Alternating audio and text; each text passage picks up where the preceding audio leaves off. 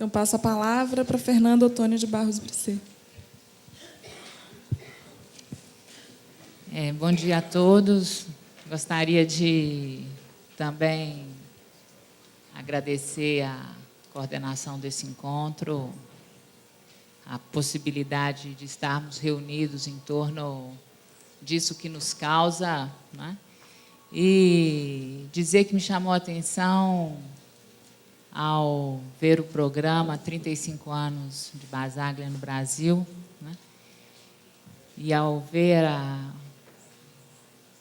receber o convite para estar junto, trazendo aí o testemunho da minha prática, que para mim só foi possível embarcar nesse bonde, né, vamos dizer, pegar esse trem tantã do movimento antimanicomial 20 anos depois da chegada do Basaglia no Brasil. E hoje, após escutar na tribuna o deputado Paulo Delgado, eu pude entender melhor porque o que me causa a entrada nessa luta talvez só tenha sido possível a partir da institucionalização da Lei 10.216 para enfrentar, abrir esse bonde, abrir esse trem para a entrada dos loucos que cometeram crimes. Sem a Lei 10.216, talvez não teria sido possível enfrentar essa dificuldade. Então, a parte que me coube, né, como trecho, né, do Basaglia para poder fazer a leitura e essa discussão, é que se o fundamento partidário da psiquiatria era de que louco é perigoso, assim como 1 mais 1 é igual a 2, nós demonstramos que o louco é tão perigoso quanto qualquer outra pessoa que atua na sociedade. Existem as mesmas porcentagens de periculosidade. A prática mudou a relação 1 mais 1. Então, no lugar do pessimismo da razão, propusemos o otimismo da prática. É o que nos entrega Franco Basaglia nessa antecipação do que estava em questão aí no que diz respeito aos manicômios judiciários, a questão da periculosidade. Para enfrentar essa leitura, né, eu me orientei em dividir essa orientação basagliana em 3 tempos. O primeiro tempo é tomar o que ele trouxe como fundamento partidário da psiquiatria, era de que o louco é perigoso, assim como 1 mais 1 é igual a 2. Meu primeiro impacto com essa frase foi Basaglia ter sublinhado que o fundamento da psiquiatria é partidário. Esse destaque pareceu-me genial e atual. A psiquiatria tomada como um partido, que sustenta-se a partir de um fundamento partidário. Louco é perigoso, como 1 mais 1 é igual a 2. É uma ideia muito interessante, mais do que uma ideia, é um esclarecimento, me pareceu, e fui investigar. Um partido, como sabemos, é uma organização burocrática que visa conquistar e exercer o poder político. Tal associação está orientada para influenciar e ocupar o poder. Para tanto, o Dicionário de Ciência Política ensina que, quando um partido é fundado, ele decorre de uma necessidade técnica e, para responder a essa necessidade, estabelece burocracias que ultrapassam a função de uma simples assessoria e passam a ditar regras. Perguntei-me, então, se a psiquiatria seria um partido desse tipo, como Basaglia teve a coragem de indicar.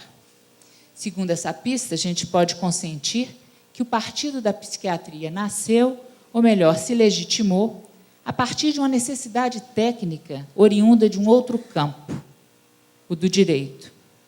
Foucault nos mostra como que a pretensão científica da psiquiatria estava, nas vésperas dos 1800, sem muito lugar e prestígio.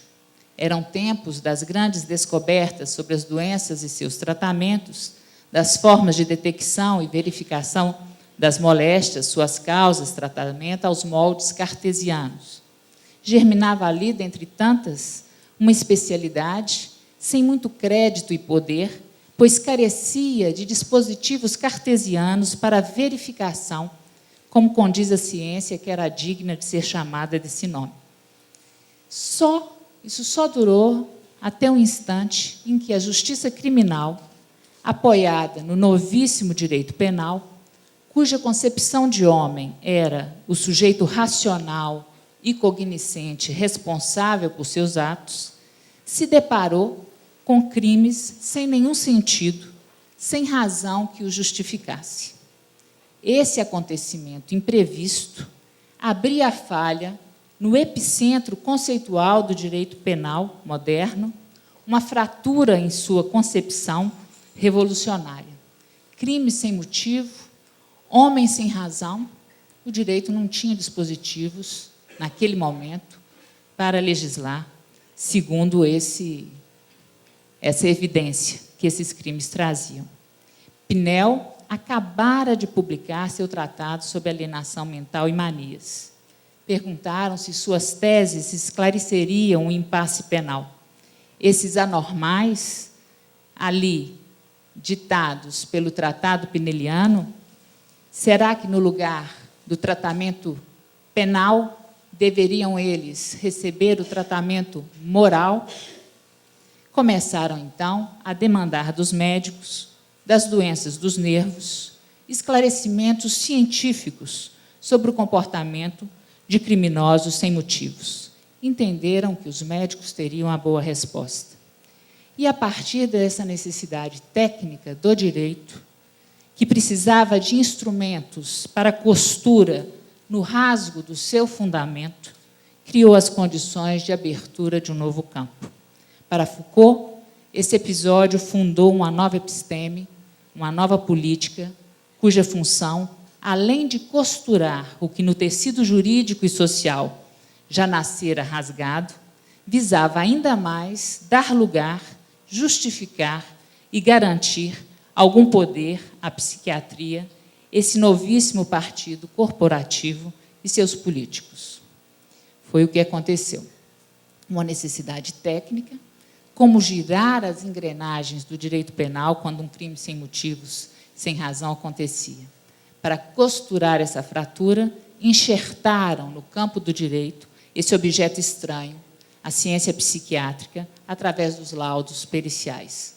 A burocracia que daí surgiu exigia que esses casos fossem examinados e os laudos fossem exarados pelos doutos psiquiatras.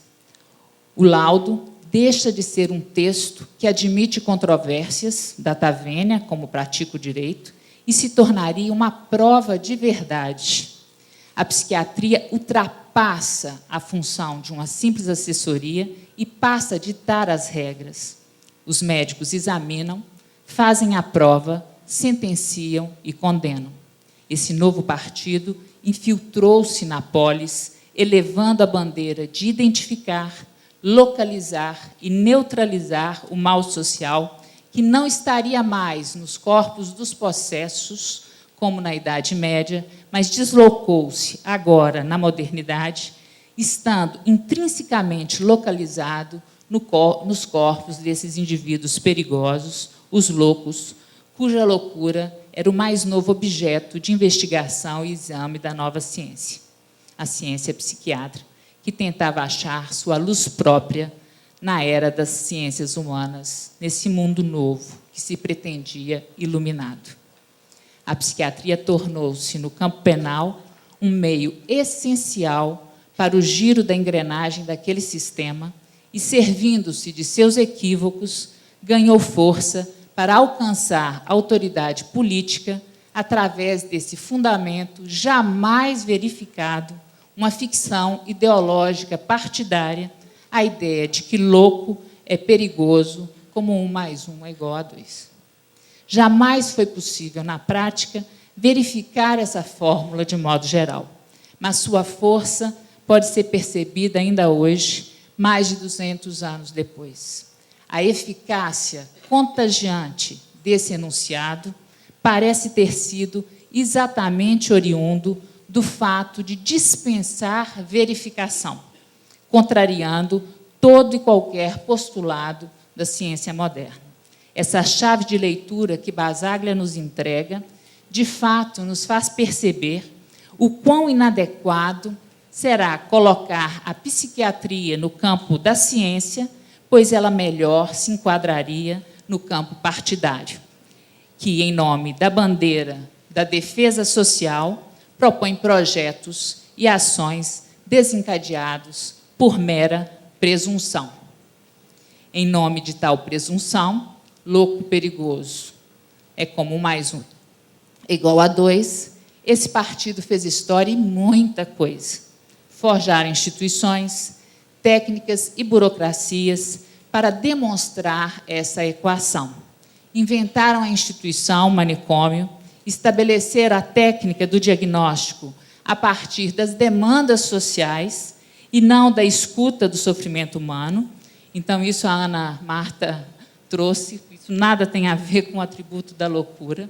Não é?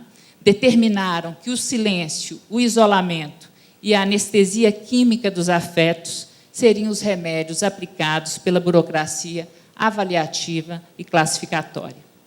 Um partido muito perigoso para uma sociedade democrática, pois seu fundamento foi a segregação. Por isso, Basaglia chama atenção, essa é a segunda parte desse texto, desse trecho, sobre as porcentagens de periculosidade. Ele dirá: nós demonstramos que o louco é tão perigoso como qualquer outra pessoa que atua na sociedade. Existem as mesmas porcentagens de periculosidade. Eu gostaria, então, de levá-los a considerar que, quando um crime acontece, não mais que de repente, o boi da cara preta, o lobo mau e os bandidos ganham no mundo real uma forma, um rosto, que serve para dar consistência de verdade a antigos fantasmas imaginários, infantis e obscuros. É desse mundo nebuloso que são feitos julgamentos que consentem e exigem o aprisionamento desses monstros perigosos. Contudo, nos lugares construídos para a contenção dos perigosos, o que encontramos são pessoas comuns, cujo sofrimento não foi escutado, cujo ato foi um apelo, uma resposta frente à angústia, face ao deserto do outro, à ausência de cuidado, à força do preconceito, e que, outra vez, encontram como destino a sentença a uma vida trágica. Aquelas pessoas, se chegamos mais perto, bem de perto, são gente como a gente. A maioria tem cara preta, segundo o último censo. Mas se você se dispor a escutá-lo, mas além da sua cor e de seu ato, e de nossas meias verdades, encontrarão os humanos. Espelho, espelho meu, existem pessoas perigosas? Quem pode garantir uma mente limpa de qualquer pensamento mau ou desejo perverso? Você confessaria tudo o que pensa? Garantiria não passar do pensamento ao ato, dadas circunstâncias imprevistas? Já sentiu medo, angústia, momentos em que nos encontramos diante de pensamentos inconfessáveis? Espelho, espelho meu, o que nos garantirá a segurança contra nós mesmos, nossa loucura e a dos outros? Quem está protegido de sair fora de si quando o insuportável mostra sua cara? De perto, ninguém é normal. De médico e louco, todo mundo tem um pouco. Cabe a cada um seu remédio, fazer caber sua singularidade, seu jeito único de ser, no pacote das formas sociáveis esperadas para todos. E essa operação não se faz sem subtração, sem renúncia, sem a extração de uma parcela de gozo, uma cota de mal-estar. Na loucura, isso se sobressai com mais evidência, porque o louco comunica esse mal que o aflige, enquanto o dito não louco o recalca para parecer normal. A norma geral diz que você deve ser bom. Contudo, o real enuncia outras facetas da sua natureza. Ser bom não é evidente, nem mesmo natural. E a loucura tem a ver com isso. Essa proximidade com o real sem sentido, onde nenhuma norma é em si suficiente. Socializar é civilizar isso, fazer com que essa força material escoe sobre a calha normativa, mas é um esforço, não é natural. Temos que saber fazer com isso. Às vezes a coisa cai fora da calha, do trilho. Quem nunca testemunhou que o caldo entorna? Não há garantias de que o caminho traçado será o percorrido, pois o real insiste, existe a loucura, e essa é a expressão desse impossível de controlar, de prever e de domesticar. A loucura seria essa resposta real, fora do normal, fora da norma, fora dos padrões, fora de série, fora da banalidade cotidiana. A loucura é excepcional. Bem como disse Seixas, a arte de ser louco é jamais cometer a loucura de parecer normal. E nem mesmo o louco de carteirinha consegue ser louco o tempo todo, pois a resposta louca é a resposta rara, acontece fora do previsível, portanto inédita, de natureza singular e surpreendente. Lembro a vocês que Erasmo de Roterdã fez do elogio à loucura um dispositivo para renascimento do obscurantismo medieval. A loucura como uma força material necessária, presente na fonte das rupturas históricas e das maiores invenções que impactaram a humanidade, para o bem e para o mal. Contudo, frente ao que não tem governo nem nunca terá, é humano, nada mais do que humano, é a experiência da loucura, do crime e da arte, ainda que seja impossível capturar a verdade real que engendra aí e dá muito o que falar. O fundamento partidário da psiquiatria fez crer que os indivíduos perigosos existem e podem ser encontrados nos loucos como 1 mais 1 é igual a 2. Levantaram bandeira de que os loucos são doentes mentais e fazem crer que existem os normais para quem acredita que o homem é bom. E pelas gretas da fé partidária, o homem real, em sua banalidade comum, desaparece, mas na prática a história é outra. E, por fim, para concluir, então, sobre a prática, como Basaglia traz, que a prática mudou a relação 1 mais 1, e no lugar do pessimismo da razão, propusemos o otimismo da prática. A minha inspiração aqui se funda na prática do Programa de Atenção Integral do Tribunal de Justiça. 14 anos de convívio e acompanhamento de pessoas que cometeram crimes em situação de sofrimento nos permite aproximar da humanidade que nos causa e habita em cada um dos que acompanhamos. Em muito nos afastamos das teses da periculosidade incrustadas no manual de psicopatologia, pois estes somente destacam a doença e não conseguem escutar o humano por detrás do monstro. Essa vontade de diagnosticar, presumir periculosidade, prever o futuro, dentre tantas outras intenções de prometer um controle absoluto, tornou louco o próprio partido constituído para justificar as práticas de segregação que graça nesse terreno. O fundamento partidário da psiquiatria fracassa na prática que ousa escutar a loucura. Então, para concluir, digo que não estamos entre os que acreditam na periculosidade intrínseca de alguns indivíduos, dentre outros. A experiência com a loucura não nos deixa crer nessa ficção. Não votamos nesse tipo de partido. O que sabemos é que viver é perigoso e disso ninguém escapa, e as respostas a esse real são responsabilidades de cada um, de todos nós. Em Minas, da liberdade, ainda que tardia, temos a experiência onde, através de uma política intersetorial, articuladora de ações entre o sistema de justiça, saúde e assistência social, promove-se soluções singulares para casos singulares, sem abrir mão da responsabilidade pelos atos praticados. Isso traz consequências de ampliação de sociabilidade e resgate da dimensão humana que resiste em cada cidadão. A lógica de uma assistência atenta a soluções de sociabilidade em liberdade e no território onde cada um teceu seus laços, somada a soluções de tratamento da angústia, testemunham que a loucura tem cabimento na gramática e arquitetura da cidade. Nossa experiência adverte que o efeito para excluir não serve para inserir. Ninguém aprende a conviver socialmente exilado das trocas sociais. Para conviver não existe aprendizado. No lugar da presunção de periculosidade, fazemos o esforço de promover e comunicar a presunção de sociabilidade que habita cada um de nós, ainda que viver junto não seja evidente. Então, que cada um tome a palavra para dar o testemunho da sua reflexão e experiência dessa inefável condição humana que faz rir e faz chorar.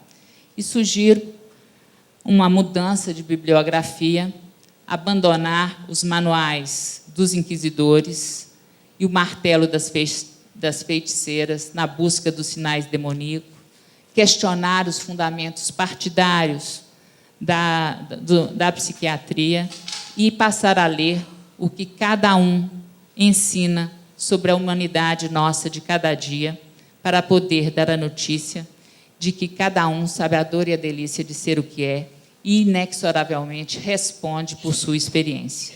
O mal existe, ele é banal e habita cada um de nós. Cabe a cada um inventar os meios para lidar com o seu pior. Tarefa radicalmente solitária e que só se alcança ao viver junto, ao suportar, dar lugar a uma certa desinserção. E aguardamos assim, só assim entendo o otimismo da prática, que ao furar as certezas seculares, abrir-se-ão porosidades por onde os sujeitos, com suas diferenças, encontrarão um pulmão vivo para sustentar seus projetos de vida, na maioria das vezes tão comuns e razoáveis, apesar da loucura de cada um. Muito obrigada.